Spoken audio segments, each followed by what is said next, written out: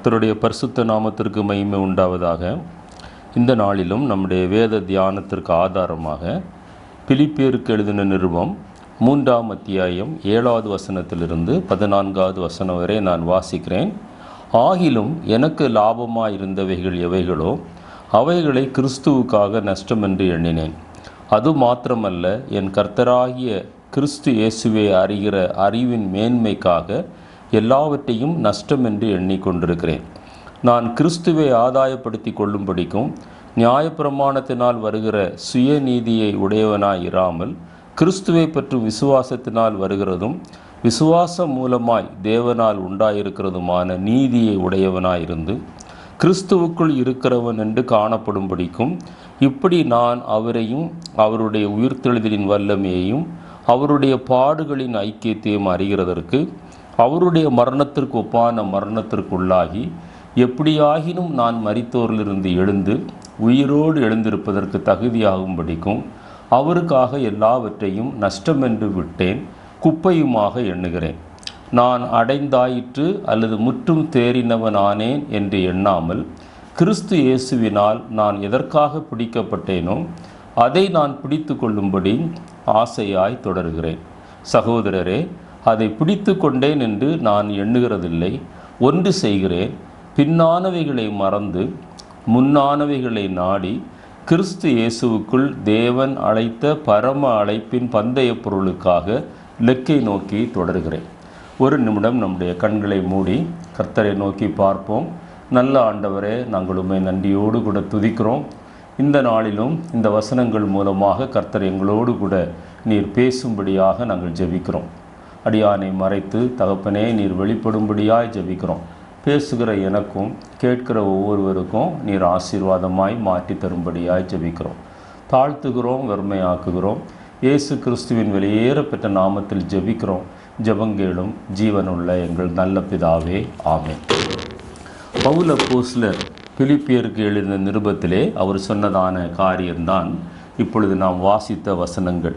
இலக்கை நோக்கி ஓடுகிறேன் அல்லது தொடருகிறேன் என்கிறார். ஆங்கிலத்திலே அந்த பகுதியை வாசிக்கும்போது ஐ press toward the mark for the praise of the high calling, அந்த அழைக்கப்பட்ட அந்த பரம அழைப்பின் நிச்சயத்திற்காக அந்த பந்தய பொருளை பெற்றுக்கொள்வதற்காக இலக்கை நோக்கி தொடருகிறேன் என்று பவுல் அப்போஸ்தலர் சொல்லுவதை நாம் பார்க்க முடியும்.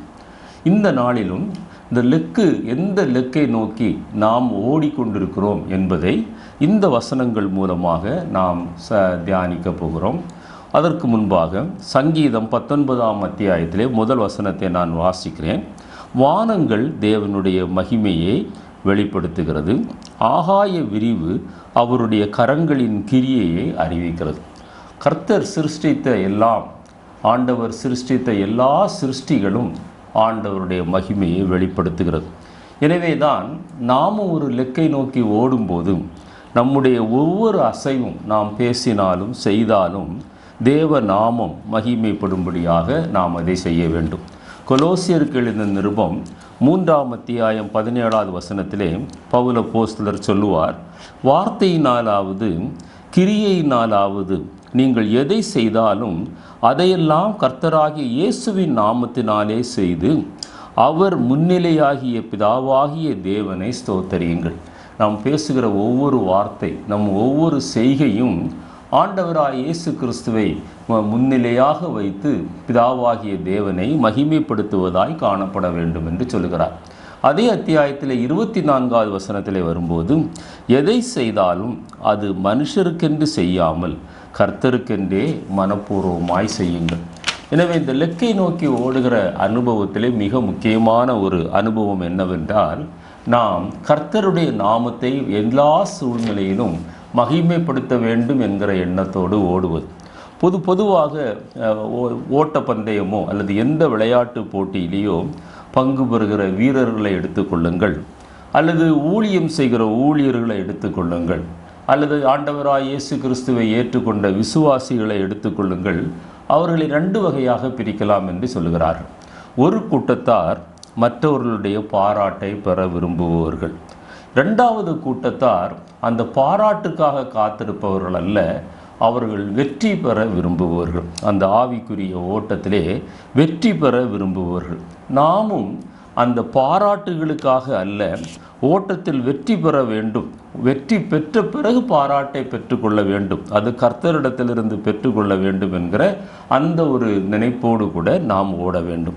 பிலிப்பியர் 3ஆம் அத்தியாயத்திலும் வெளிப்படுத்தின விசேஷத்திலையும் நாம் இந்த இலக்கை நோக்கி ஓடுகிற அனுபவங்களை குறித்து அதிகமாக எழுதப்பட்டிருக்கிறது. எனவே இந்த நாளிலே ஒரு 7 காரியத்தை நாம் வேகமாக தியானிக்க போகிறோம். முதலாவதாக பிலிப்பியர் 3ஆம் அத்தியாயம் 8லிருந்து 12 வரை நான் வாசித்த வசனங்களிலே அவர் சொல்கிறார், தேவனை அறிகிற அறிவிற்காக எல்லாவற்றையும் நஷ்டம் என்று விட்டேன், குப்பை என்று எண்ணுகிறேன். அப்போஸ்தலர் எல்லாரிலுமே பவுல் அப்போஸ்தலருடைய வாழ்க்கையை நீங்கள் பார்ப்பீர்களேயானால் அவர் கமாலியலுடைய பாதத்திலே கற்று தேர்ந்தவர், மிகுந்த ஒரு ஞானி. ஆனாலும் அவர் சொல்லுகிற வார்த்தையை பாருங்கள், மற்ற அப்போஸ்தலர்களெல்லாம் பாமர மக்கள், படிப்பறிவில்லாதவர்கள், குறிப்பாக மீனவர்கள். ஆனால் இவர் கற்று தேர்ந்த ஞானியாக இருந்தாலும் இயேசு கிறிஸ்துவை அறிகிற அறிவின் மேன்மைக்காக நான் எல்லாவற்றையும் நஷ்டம் என்றும் குப்பை என்று விட்டேன் என்று சொல்லுகிறார். 2 பேதுரு 3:18 வாசிக்கும்போது பேதுரு என்ன சொல்கிறார், நம்முடைய கர்த்தரும் இரட்சகருமாகிய இயேசு கிறிஸ்துவின் கிருபையிலும் அவரை அறிகிற அறிவிலும் வளருங்கள், அவருக்கு இப்பொழுதும் என்றென்றைக்கும் மகிமை உண்டாவதாக. அது பேதுருவனுடைய ஒரு ஆலோசனை. எனவே தேவனை அறிகிற அறிவிலே வளருவது சரியான இலக்கை நோக்கி ஓடுகிற அனுபவம். தேவனை அறிகிற அறிவு என்கிற ஒரு செய்தியையும் நான் கொடுத்திருக்கிறேன், முடிந்தால் கேட்டு பாருங்கள். என்னை கேட்டுக்கொண்டிருக்கிற அருமையான தேவனுடைய பிள்ளைகளே, பவுல் அப்போஸ்தலர் தேவனை அறிகிற அறிவிற்காக அவர் அதுவரைக்கும் கற்று தேர்ந்த எல்லாவற்றையும் கூட அது நஷ்டம் என்றும் குப்பை என்றும் எண்ணுகிறார். உபாகமத்தின் புத்தகம் 17ஆம் அத்தியாயம் 19வது வசனத்திலே நியாயப்பிரமாணத்தின் எல்லா வார்த்தைகளையும் இந்த கட்டளைகளையும் கைக்கொண்டு இவைகளின்படி செய்வதற்காக தன் தேவனாகிய கர்த்தருக்கு பயந்திருக்கும்படி கற்றுக்கொள்ளும் பொருட்டு என்று எழுதப்பட்டிருக்கிறது. அப்பொழுது தேவனை அறிகிற அறிவினுடைய முக்கிய நோக்கம் என்னவென்றால், தேவன் நமக்கு விதித்திருக்கிற கட்டளைகள், நியாயங்கள், இவைகளின்படி நாம் நடந்து தேவனுக்கு பயந்து வாழ்கிற ஒரு வாழ்க்கை. யோவான் எழுதின சுவிசேஷம் 5ஆம் அத்தியாயம் 39வது வசனத்திலே ஆண்டவராய் இயேசு கிறிஸ்து அதை இன்னும் தெளிவாக சொல்லுவார், வேத வாக்கியங்களை ஆராய்ந்து பாருங்கள், அவைகளால் உங்களுக்கு நித்திய ஜீவன் உண்டு என்று எண்ணுகிறீர்களே, என்னை குறித்தும் சாட்சி கொடுக்கிறவைகள் அவைகளே என்று எழுதுகிறார். என்னை குறித்தும் சாட்சி கொடுக்கிறவைகள் அவைகளே. வேத வசனங்களை ஆராய்ந்து பார்க்கிற ஒரு அனுபவம், வேத வசனங்களை அசை போடுகிற அனுபவம், அந்த வசனங்களுக்கு கீழ்ப்படுகிற ஒரு அனுபவம் தான் முதலாவது இயேசு கிறிஸ்துவை அறிகிற அறிவு என்கிற அந்த இலக்கை நோக்கி ஓடுகிற அனுபவம். பெரேயா பட்டணத்தாரை பற்றி அப்போஸ்தலர் நடபடிகள் 17ஆம் அத்தியாயம் 11வது வசனத்திலே வாசிக்கிறோம். அவர்கள் எப்பொழுதுமே அந்த வேத வசனத்தை ஆராய்ந்து பார்த்ததினாலே அவர்கள் தெசலோனிக்கிய பட்டணத்தாரை விட அவர்கள் நற்குணசாலிகளாக இருந்தார்கள். தெசலோனிக்கே சபைக்கு எழுதப்பட்ட நிருபங்கள் 1 தெசலோனிக்கர் 2 தெசலோனிக்கர் நீங்கள் வாசித்து பார்ப்பீர்களேயானால் அந்த நிருபங்களிலே அந்த சபையை பற்றி எந்த குறையும் சொல்லப்படவில்லை. எல்லாம் பாராட்டுதற்குரிய காரியங்களே பவுல் அப்போஸ்தலர் எழுதுகிறார். ஆனாலும் இந்த பெரேயா பட்டணத்தாரை பற்றி குறிப்பிடும் போது அவர்கள் வேத வசனங்களை தினமும் ஆராய்ந்து பார்த்ததினாலே அவர்கள் அந்த தெசலோனிக்கே பட்டணத்தில் உள்ள விசுவாசிகளை காட்டிலும் நற்குணசாலிகளாக இருந்தார்கள் என்று எழுதப்பட்டிருக்கிறது. 2வதாக நாம் நம்முடைய இலக்கை நோக்கி ஓடுகிற அனுபவம் என்னவென்றால், ஒரு டிரான்ஸ்ஃபார்ம்டு லைஃப் அல்லது மறுரூபமான ஒரு வாழ்க்கை. அதை பவுல் அப்போஸ்தலர் பிலிப்பியர் 3:9 நாம் வாசித்த வசனங்களில் சொல்லுவார், நான் கிறிஸ்துவை ஆதாயப்படுத்திக் கொள்ளும்படி நியாயப்பிரமாணத்தினால் வருகிற சுயநீதியை உடையவனாயிராமல் கிறிஸ்துவை பற்றும் விசுவாசத்தினால் வருகிறதும் விசுவாசம் மூலமாய் தேவனால் உண்டாயிருக்கிறதுமான நீதியை உடையவனாயிருந்து கிறிஸ்துவுக்குள் இருக்கிறவன் என்று காணப்படும்படிக்கு. நம்முடைய வாழ்க்கையிலே அது ஒரு இலக்கு. நான் கிறிஸ்துவுக்குள் இருக்கிற ஒரு மனிதன் என்பதை நாமும் அறிந்து கொள்ள வேண்டும், மற்றவர்களும் அறிந்து கொள்ள வேண்டும். அது அப்படிப்பட்ட ஒரு மேலான மறுரூபம் அடைந்த அல்லது ஒரு டிரான்ஸ்ஃபார்ம்டு லைஃபுக்குள்ளே நீங்கள் நானும் கடந்து போவதே ஆண்டவர் விரும்புகிறார். சுயநீதி அல்ல, விசுவாசத்தினால் வரும் தேவ நீதி என்று பவுல் அப்போஸ்தலர் குறிப்பிடுவதை பார்க்கிறோம். அந்த சுயநீதியை எல்லாவற்றையும் ஒழித்துவிட்டு, இந்த செல்ஃப் ரைச்சியஸ்னஸ் என்று சொல்வார்களே, அதை விட்டு விசுவாசத்தினால் அந்த ஆண்டவராய் இயேசு கிறிஸ்துவின் மேல் உள்ள விசுவாசத்தின் நிமித்தம் வரக்கூடிய நீதியிலே, தேவ நீதியிலே கிறிஸ்துவுக்குள்ளாக வாழ்கிற ஒரு வாழ்க்கையைத்தான் மறுரூபமான ஒரு வாழ்க்கை என்று பவுல் அப்போஸ்தலர் இந்த இடத்திலே அவர் சொல்கிறார். அதாவது அதை இன்னும் கொஞ்சம் விளக்கமாக சொன்னால், நம்முடைய சுயம் மரித்து கிறிஸ்து நம்மை ஆளுகை செய்கிற அனுபவம். அதைத்தான் கலாத்தியர் 2:20 நாம் வாசிக்கிறோம். கிறிஸ்துவுடனே கூட சிலுவையில் அறையப்பட்டேன், ஆயினும் பிழைத்திருக்கிறேன். இனி நான் அல்ல, கிறிஸ்துவே எனக்குள் பிழைத்திருக்கிறார். நான் இப்பொழுது மாம்சத்தில் பிழைத்திருக்கிறதோ என்னில் அன்பு கூர்ந்து எனக்காக தம்மைத்தாமே ஒப்பு கொடுத்த தேவனுடைய குமாரனை பற்றும் விசுவாசத்தினாலே நான் பிழைத்திருக்கிறேன். இந்த அனுபவத்தை ஆண்டவர் நம்முடைய வாழ்க்கையிலே எதிர்பார்க்கிறார். சாது சுந்தர் சிங் ஒரு இடத்திலே அவர் சொல்லுவார், உலகம் இன்னும் இயேசுவிற்கு உலகத்தை உற்று பார்த்து, உலகத்தில் உள்ள ஜனங்களை பார்த்து அவருடைய ஊழிய பாதையிலே சொல்லுகிறார், இயேசுவிற்கு சரணாகதி அடைந்தவர்கள் அவர்களுடைய வாழ்விலே அப்படி அநேக பேர் ஏற்றுக்கொண்டதை நான் பார்க்கிறேன். ஆனால் அநேகருடைய வாழ்க்கையிலே மறுரூபம் இல்லை என்று அவர் சொல்லுகிறார். அதை ஆண்டவர் இந்த நாளிலே நம்மிடத்திலே விரும்புகிறார். சாது சுந்தர் சிங் அவர் மிகுந்த பக்தியோடு கர்த்தருக்காக ஊழியம் செய்த ஒரு தேவனுடைய மனுஷன். அவர் சொல்லும்போது, ஆண்டவருக்காக ஒப்பு கொடுத்த அநேகரை பார்க்கிறேன், ஆனால் மறுரூபம் அடைந்த சிலரைத்தான் என்னால் பார்க்க முடியுது என்கிறார். ரெவரண்ட் அலெக்சாண்டர் கிளார்க் என்கிறவர் ஒரு மிஷனரி ஆப்பிரிக்க காடுகளிலே அவர் ஊழியம் செய்து கொண்டு வந்தார். அப்பொழுது அவர் ஆப்பிரிக்க காடுகளிலே ஊழியம் செய்யும்போது சிங்கத்தினால் சிங்கம் ஒரு மனிதனை தாக்கி கொண்டிருக்கும் போது அவருடைய கரங்களிலே ஆயுதங்கள் இருந்தபடியினாலே அவர் அந்த மனிதனை காப்பாற்றினார். ஒரு 3 மாதங்களுக்கு பிறகு அந்த மனிதன் குணம் அடைந்த பிறகு, இது நடந்த ஒரு உண்மையான சம்பவம், அந்த மனிதன் வந்து சொன்னானாம், இந்த காட்டிலே ஒரு நியதி உண்டு, காப்பாற்றப்பட்டவன் காப்பாற்றினவருக்கு அவன் சொந்தம். அதே போல நான் மரணம் அடைகிற நிலைமையிலே இருந்தேன், சிங்கம் என்னை தாக்கி கொண்டிருந்தது, நீர் என்னை காப்பாற்றினீர், இப்பொழுது நான் உயிரோடு இருக்கிறேன். எனவே நானும் எனது 6 மனைவிகளும் என்னுடைய குழந்தைகளும் ஆடு மாடுகளும் உமக்கு சொந்தம், உமக்கு பிரியமானதை எனக்கு செய்யும் என்று படிப்பறிவில்லாத அநாகரிகமான ஆப்பிரிக்க காடுகளிலே வாழ்ந்த ஒரு மனிதன் அந்த அலெக்சாண்டர் கிளார்க் என்கிற அந்த மிஷனரியோடு கூட சொன்னதாக அவருடைய சரித்திரத்திலே நாம் வாசிக்கிறோம். பாருங்கள், நீர் என்னை காப்பாற்றினீர், ஆகையால் நான் இனி உமக்கு சொந்தம். அதே போல ஒரு உணர்வு நம்முடைய வாழ்க்கையிலே வர வேண்டும். உடையான பாவ சேற்றிலே இருந்த நம்மை ஆண்டவர் தூக்கி எடுத்து நமக்கு புது வாழ்வு தந்து நமக்கு ஒரு ரட்சிப்பை கொடுத்தார். எனவே நீங்களும் நானும் நம்மை மீட்டவருக்கு சொந்தம் என்கிற உணர்வு வருமேயானால் நம்முடைய வாழ்க்கையிலே மறுரூபம் வந்துவிடும். செயின்லி பிரைனார்ட் என்கிறவர் ஒரு நாளிலே அவர் தன்னுடைய ஊழிய பாதையிலே மழை காலத்திலே ஒரு சாலையிலே குதிரையிலே பயணம் செய்து கொண்டிருக்கும் போது பரிசுத்த ஆவியானவரால் அவர் உந்தப்பட்டு மழை பெய்து கொண்டிருக்கிறது. குதிரையிலிருந்து இறங்கி நடு ரோட்டிலே அவர் முழங்கால் படியிட்டு எப்படி ஜெபித்தாராம், கர்த்தாவே, என்னுடைய கரங்கள் உமக்காக வேலை செய்ய வேண்டும், என்னுடைய நாவுகள் உம்மை துதித்து பேச வேண்டும், என்னை உம்முடைய கருவியாக பயன்படுத்தும் என்று அந்த மழை பெய்து கொண்டிருக்கிற நேரத்தில் நடு சாலையிலே முழங்கால் படியிட்டு அவர் தன்னை மீண்டும் அர்ப்பணித்தார் என்று சரித்திரம் கூறுகிறதை நாம் பார்க்கிறோம். இப்படிப்பட்ட ஒரு அர்ப்பணிப்பை தான் ஆண்டவர் அந்த மறுரூபமான வாழ்க்கையிலே எதிர்பார்க்கிறார். ஹட்சன் டெய்லர் என்கிற மிஷனரியை பற்றி நீங்கள் கேள்விப்பட்டிருக்கீங்கள். அவர் சைனாவிலே மிஷனரியாக சென்றவர்.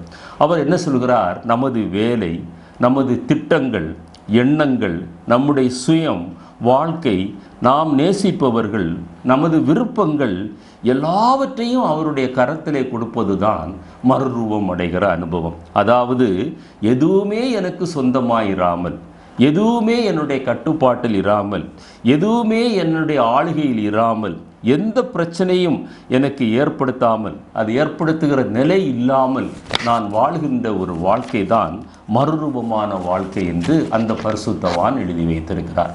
ஜார்ஜ் முல்லரை பற்றி கேள்விப்பட்டிருப்பீர்கள். அனாதை ஆசிரமங்களை அவர் நடத்தினவர். எல்லா தேவைகளுக்கும் முழங்காலிலே நின்று ஜெபித்து தேவைகளை பெற்றுக்கொண்டவர்.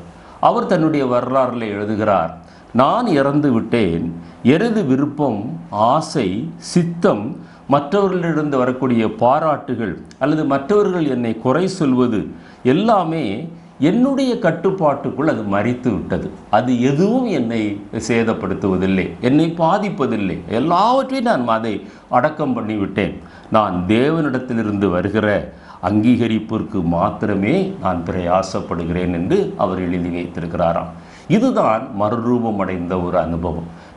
நம்மை வெறுத்து, நம்மை சிலுவையில் அறைந்து, கிறிஸ்துவுக்குள்ளாக கிறிஸ்துவோடு கூட சிலுவையில் அறையப்பட்டு, அவரோடு கூட அடக்கம் பண்ணப்பட்டு, அவரோடு கூட உயிர்த்தெழுந்து அவருக்காக வாழ்கிற ஒரு வாழ்க்கை தான் அந்த பவுல் அப்போஸ்தலர் சொன்ன அந்த மறுரூபம் அடைகிற வாழ்க்கை.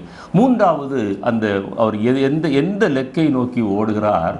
இயேசு கிறிஸ்துவனுடைய பாடுகளின் ஐக்கியத்தை பற்றி அறிகிற அறிவு. இது பொதுவாக யாரும் விரும்புகிற ஒரு அனுபவம் அல்ல. அவருடைய பாடுகளின் ஐக்கியம். பாடென்றாலே உபத்திரவம்தான், வேதனை தான், நிந்தை தான், அவமானம்தான். ஆனால் இவர் என்ன சொல்லுகிறார்? அந்த பாடுகளின் ஐக்கியத்தை அறிகிற அந்த அறிவை பெற்றுக்கொள்கிற அந்த இலக்கை நோக்கி நான் ஓடுகிறேன். இதை நாம் இன்னும் கொஞ்சம் விளக்கமாக சொல்லுவோமேயானால், ஊழிய பாதையிலே நாம் சந்திக்கிற மனிதர்களுடைய பாடுகளை நம்முடைய பாடுகள் என்று ஏற்றுக்கொண்டு அவர்களுக்கு நம்மால் ஆன உதவியை செய்வது அல்லது ஆறுதல் சொல்லுவது, அது சில தமிழிலே சொல்லுவார்கள், அழுகிறவர்களோடு கூட அழுகிற ஒரு அனுபவம் என்று சொல்லுவார்கள். அப்படி மற்றவர்களுடைய பாரத்தை நம்முடைய பாரமாக சுமந்து கொள்கிற ஒரு அனுபவம் தான் இன்றைக்கு கிறிஸ்தவ ஜீவியத்திலே ஆண்டவர் நம்முடைய வாழ்க்கையிலே விரும்புகிற அவருடைய பாடுகளின் ஐக்கியத்தை அறிகிற ஒரு அறிவு. தேவனுக்காக ஊழியம் செய்யும்போது வரும் பாடுகள் அது நமக்கு மேன்மையான ஒரு அனுபவத்திற்குள்ளாய் நம்மை நடத்தி செல்லும். தேவனுக்காக நாம் ஊழியம் செய்யும்போது பாடுகள் வந்தால் அவரோடு கூட நாம் இன்னும் அதிகமாக ஐக்கியப்படுகிறோம். இப்போ ஊழியம் என்றாலே கர்த்தருக்காக பாடுபடுவதால். ஆப்பிரிக்காவிற்கு மிஷனரியாக போகிறேன் என்று ஒரு மாணவன் தன்னுடைய ஆசிரியரிடத்திலே சொன்னானாம். அப்பொழுது அந்த ஆசிரியர் சொன்னாராம், பைத்தியக்காரனே, நீ 1 வருடத்தில் மரித்து விடுவாய், அவ்வளவு கஷ்டமான இடம், அங்கேயே நீ ஊழியத்திற்கு போக வேண்டும், இங்கு ஊழியம் செய்யலாமே என்று அவர் மாணவனிடத்தில் அந்த பைபிள் காலேஜ் டீச்சர் சொல்கிறார். அப்போ அந்த பையன் சொன்ன பதிலை பாருங்கள். ஆப்பிரிக்காவில் தேவ ராஜ்யம் என்கிற ஒரு கட்டடத்தை எழும்புவதற்கு அந்த நோக்கத்தில் போராடுகின்ற அந்த வேலையில் அந்த அஸ்திபாரத்தில் வெளியே தெரியாத ஒரு கல்லாக நான் இருந்து மரிப்பது தேவ சித்தமானால் ஆப்பிரிக்காவிலே என்னுடைய ஊழியம் தொடர்ந்து நடைபெறவே நான் விரும்புகிறேன் என்று சொன்னானாம். அதுவும் பாருங்கள், அந்த அஸ்திபாரத்தில் வெளியில் தெரியாத ஒரு கல்லாக நான் இருந்து ஆப்பிரிக்க தேசம் ரட்சிக்கப்படுவதற்கு ஒரு ஊழியம் ஆண்டவர் அனுமதிப்பாரையானால் நான் அப்படியாக இருக்க விரும்புகிறேன். இதுதான் அவருடைய பாடுகளின் ஐக்கியத்தில் பங்கு பெறுகிற அனுபவம். நான்காவதாக பவுல் அப்போஸ்தலர் சொல்லுகிற காரியம், இயேசு கிறிஸ்துவிலே நான் தேறினவனாக இருக்க விரும்புகிறேன் என்று சொல்லுகிறார். அவர் எல்லாம் இந்த 12வது வசனத்திலே, நான் அடைந்தாயிற்று அல்லது முற்றும் தேறினவன் என்று எண்ணாமல் கிறிஸ்து இயேசுவினாலே நான் எதற்காக பிடிக்கப்பட்டேனோ அதை நான் பிடித்து கொள்ளும்படி ஆசையாய் தொடர்கிறேன் என்று 12வது வசனத்திலே வாசிக்கிறோம். அவருடைய காரியங்களிலே ஒரு தேறின ஒரு அனுபவத்தை ஆண்டவர் விரும்புகிறார். ஏன் தேறின ஒரு அனுபவத்தை நான் பெற வேண்டும் என்று பவுல் அப்போஸ்தலர் விரும்பினார்? நாம் ஏன் அந்த அனுபவத்திற்குள்ளே போக வேண்டும் என்று ஆண்டவர் விரும்புகிறார் என்றால், மத்தேயு எழுதின சுவிசேஷம் 5ஆம் அத்தியாயம் 48வது வசனத்தில், ஆகையால் பரலோகத்தில் இருக்கிற உங்கள் பிதா சற்குணராய் இருக்கிறது போல நீங்களும் பூரண சற்குணராய் இருக்க கடவீர்கள். இந்த விசுவாச ஓட்டத்திலே, இந்த ஊழிய பாதையிலே நாம் பூரணத்திற்கு நேராக கடந்து போக வேண்டும். போதும் என்ற மனதுடனே கூடிய தெய்வ பக்தியை மிகுந்த ஆதாயம் என்பது நம்முடைய உலக பிரகாரமான காரியங்களுக்கு சொல்லப்பட்டதான ஒரு காரியம். ஆனால் ஆண்டவருடைய காரியத்திலே இன்னும் கர்த்தருக்காக என்ன செய்ய வேண்டும், இன்னும் என்ன செய்ய முடியும் என்று நாம் விசுவாசித்து அந்த ஒரு வாஞ்சையோடு கூட தொடர்கிற ஒரு அனுபவத்தை ஆண்டவர் நம்முடைய வாழ்க்கையிலே விரும்புகிறார். எபிரேயருக்கு எழுதின நிருபத்திலும் 5ஆம் அத்தியாயம் 8-9 வசனங்களை வாசித்து பாருங்கள்.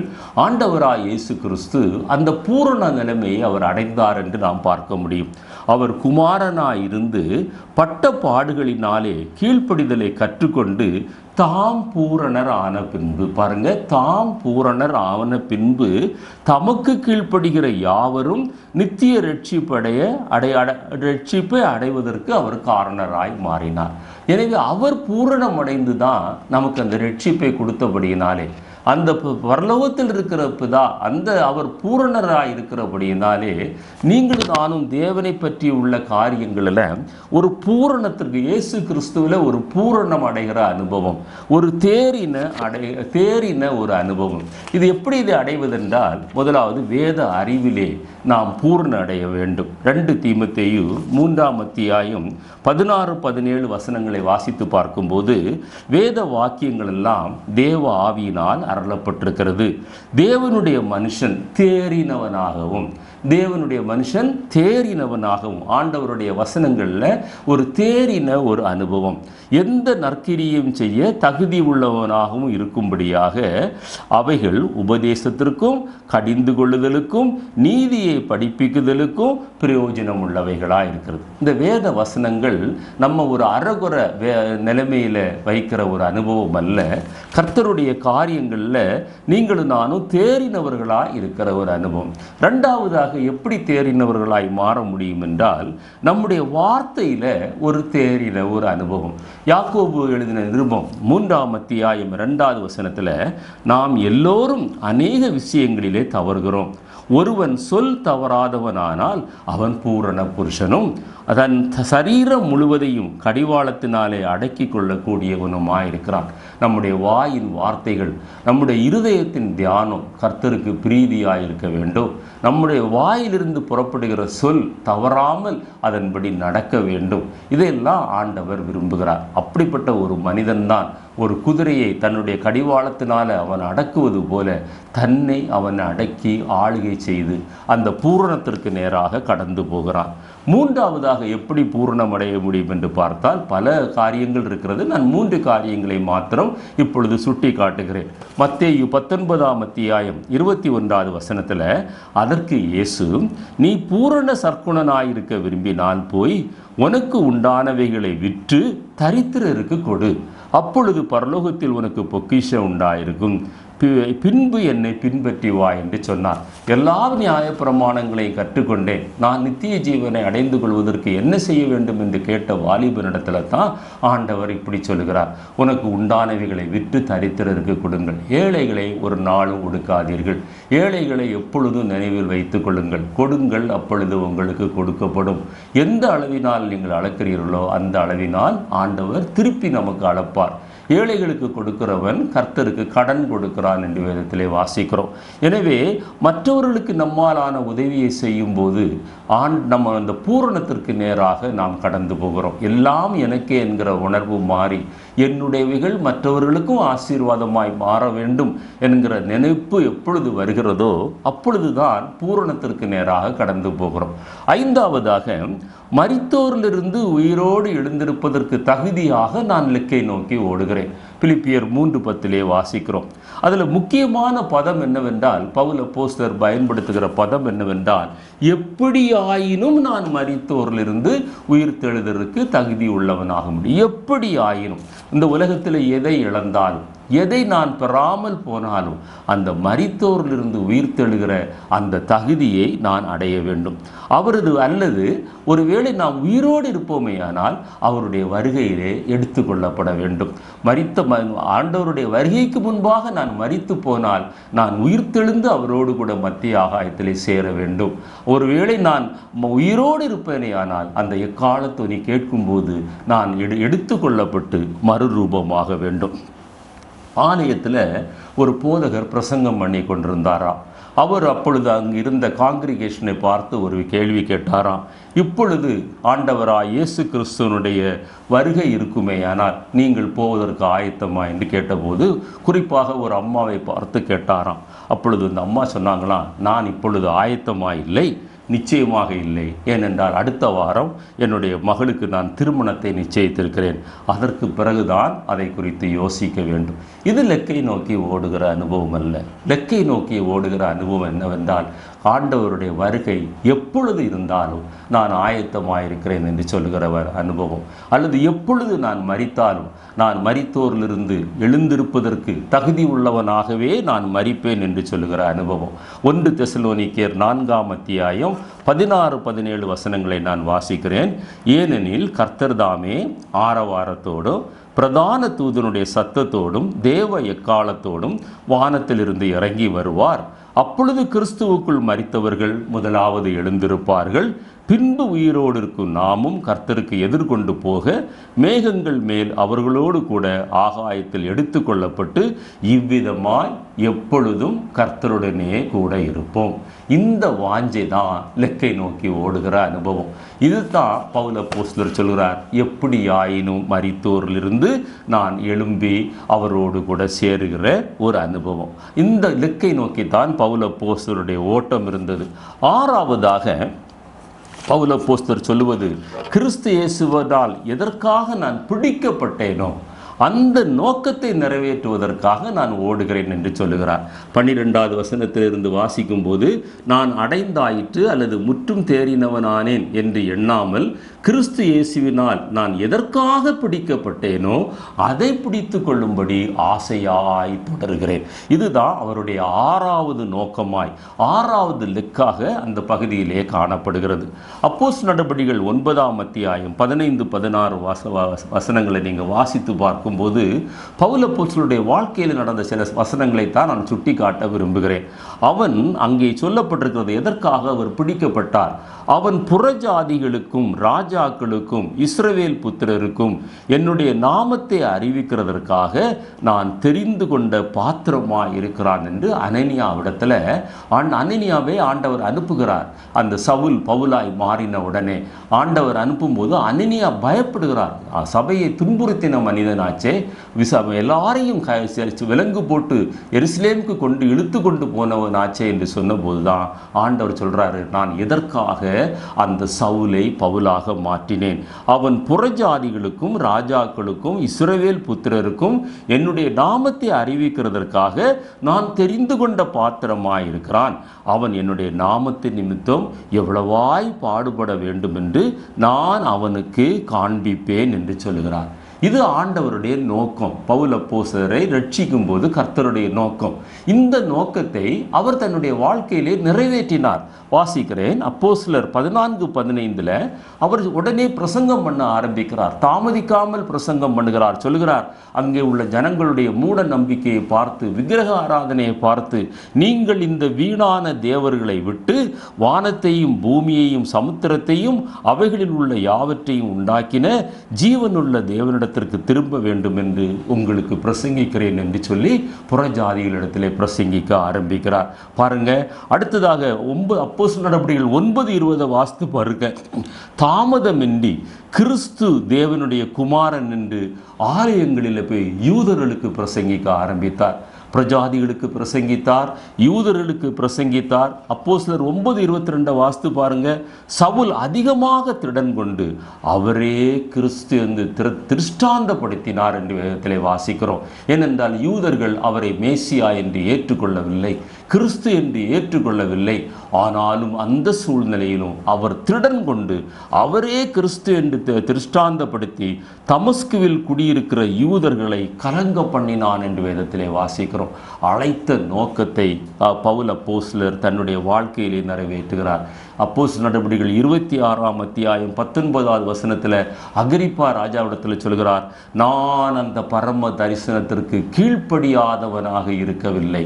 2 நெகட்டிவ் பயன்படுத்தி அதனுடைய இம்பார்ட்டன்ஸை சொல்கிறார். கீழ்ப்படியாதவனாக நான் இருக்கவில்லை என்று அவ்வளவு ஆணித்தரமாக சொல்கிறார். 2 தீமோத்தேயு 4ஆம் அத்தியாயம் 6லிருந்து 8 வாசித்து பாருங்க. கடைசியில் அவருடைய ஓட்டத்தை எப்படி முடிக்கிறாரு, அவருடைய நோக்கத்தை எப்படி நிறைவேற்றுகிறாரு. நான் இப்பொழுது பானபலியாக வார்க்கப்பட்டு போகிறேன். இதெல்லா ஊழியங்களையும் நிறைவேற்றி 13 நிருபங்களை நமக்காக எழுதி தந்து எல்லா அப்போஸ்தலர்களை காட்டிலும் அதிகமான ஊழியம் செய்து, சில வேத பண்டிதர்கள் சொல்லுகிறாங்க, இயேசு கிறிஸ்துவினால் அந்த 3.5 வருடம் ஏற்பட்ட தாக்கத்தை விட பவுல் அப்போஸ்தலரால் ஏற்பட்ட தாக்கம் அதிகமாயிருந்தது என்று சொல்லுகிறார்கள். கடைசியாக அவருடைய அறிக்கையை பாருங்க. நான் இப்பொழுது பானபலியாக வார்க்கப்பட்டு போகிறேன். நான் தேகத்தையும் பிரியும் காலம் வந்தது. நல்ல போராட்டத்தை போராடினேன், விசுவாசத்தை காத்து கொண்டேன். இது முதல் நீதியின் கிரீடம் எனக்காக வைக்கப்பட்டிருக்கிறது. நீதி உள்ள நியாயாதிபதியாகிய கர்த்தர் அந்நாளிலே அதை எனக்கு தந்தருளுவார். எனக்கு மாத்திரமல்ல, அவர் பிரசன்னமாகுதலை விரும்பும் யாவருக்கும் அதை தந்தருளினார் என்று சொல்கிறார். அப்படிப்பட்ட ஒரு பெரிய பரிசுத்தவான். அவர் ஒரு துன்பப்படுத்தின மனிதனாக இருந்தார். முதல்ல தன்னை அறிமுகப்படுத்தும் போது எப்படி அறிமுகப்படுத்தினார் தெரியுமா? அந்த மனத்தாழ்மையை பாருங்க. அப்போஸ்தலர்களில் நான் மிகவும் சிறியவன் என்று அறிமுகப்படுத்துவார். சில அதிகாரங்கள் தாண்டி போகும்போது சொல்லுவார், மகா பிரதான பாவி என்று சொல்லுவார். தன்னை தாழ்த்துகிறார். முதல்ல அப்போஸ்தலர் என்று சொன்னார், மகா பிரதான பாவி என்று சொன்னார். இன்னும் தாழ்த்துறார், அகால பிறவியாகிய எனக்கும் தரிசனமானார் என்று சொல்லுவார். இப்படி அவ்வளவு மனத்தாழ்மை. அதே நேரத்தில் அந்த இலக்கை நோக்கி ஓடுகிற அனுபவத்தில் உண்மையாய் உத்தமமாய் இருந்தார். 7வதாக அவருடைய இலக்கு என்ன இருந்தது? நான் அவரோடு கூட அரசாளுகிற ஒரு அனுபவம். வெளிப்படுத்தின விசேஷம் 5ஆம் அத்தியாயம் 10வது வசனத்தில் வாசிக்கும்போது, இது பவுல் அப்போஸ்தலருடைய இலக்கு இல்லை, நம்முடைய இலக்காக மாற வேண்டும் என்று நான் இந்த கடைசி காரியத்தை நமக்கு சொல்கிறேன். எங்கள் தேவனுக்கு முன்பாக எங்களை ராஜாக்களும் ஆசாரியர்களும் ஆக்கினீர், நாங்கள் பூமியிலே அரசாளுவோம் என்று புதிய பாட்டை அங்கே பாடினார்கள் என்று வேதத்திலே வாசிக்கிறோம். இதுதான் நம்முடைய இலக்காக மாற வேண்டும். ராஜாக்களும் ஆசாரியர்களுமாக நாம் மாறி அழைத்த அந்த பரம அழைப்பின் அந்த பந்தய பொருளை பெற்றுக்கொள்கிற ஒரு காரியம் என்னவென்றால், அந்த 1000 வருட அரசாட்சியில் நீங்களும் நானும் அரசாள வேண்டும் என்று ஆண்டவர் விரும்புகிறார். ஹிட்லர் ஜெர்மானியர்கள் உலகத்தை ஆள பிறந்தவர்கள் என்று சொன்னார். அந்த அவ்வளவு வெறி அவருடைய சரீரத்தில் இருந்தது. ஆனாலும் வேதம் சொல்கிறது, அவரோடு கூட பாடு சகித்தோமே ஆனால் நாம் அவரோடு கூட ஆளுகை செய்வோம். கர்த்தருக்காக யாரெல்லாம் பாடு சகிக்கிறார்களோ அந்த பாடுகள், உபத்திரவங்கள், நிந்தைகள், அவமானங்களை விட்டு பயப்படாமல், அதை விட்டு விலகாமல் நியமித்த ஓட்டத்தில் பொறுமையோடு கூட ஓடினா நீங்களும் நானும் ஆளுகை செய்கிறவர்களாய் மாறுவோம். 2 தீமோத்தேயு 2:12 வாசித்து பாருங்க. அவரோடு கூட பாடுகளை சகித்தோமேயானால் அவரோடு கூட ஆளுகை செய்வோம். நாம் அவரை மறுதலித்தால் அவரும் நம்மை மறுதலிப்பார். அந்த 1000 வருட அரசாட்சியில் ஆளுகை செய்ய தேவன் நம்மை அழைக்கிறார். இது நம்முடைய வாழ்க்கையில் அது லெக்காக மாற வேண்டும். இது ஒரு நேரான பாதை இல்லை, இது ஒரு விசாலமான பாதை இல்லை, இது அடைகிற பாதை. அது இடுக்கமும் நெருக்கமுமான பாதை. உபத்திரவங்கள், பாடுகள், சோதனைகள், வேதனைகள், நிந்தைகள், அவமானங்கள் நிறைந்த பாதை. அந்த நியமித்த ஓட்டத்தில் பொறுமையோடு கூட ஓடினால் நிச்சயமாக ஒரு நாளிலே நாம் அந்த இலக்கை அடைவோம், அவரோடு கூட அரசாடுவோம். தேவன் தாமே இந்த வார்த்தைகளை ஆசீர்வதிப்பாராக. இந்த செய்தி உங்களுக்கு ஆசீர்வாதமாக இருந்தால் மற்றவர்களுக்கு அறிமுகப்படுத்துங்கள். எங்களுக்காக தொடர்ந்து ஜெபியுங்கள். நாங்களும் உங்களுக்காக ஜெபிக்கிறோம். நம் நியமித்த அந்த ஓட்டத்தில் பொறுமையோடு கூட ஓடி இலக்கை அடைந்து பந்தய பொருளை பெற்றுக்கொள்வோம். கர்த்தர் தாமே நம் அனைவரையும் ஆசீர்வதிப்பாராக. ஆமென்.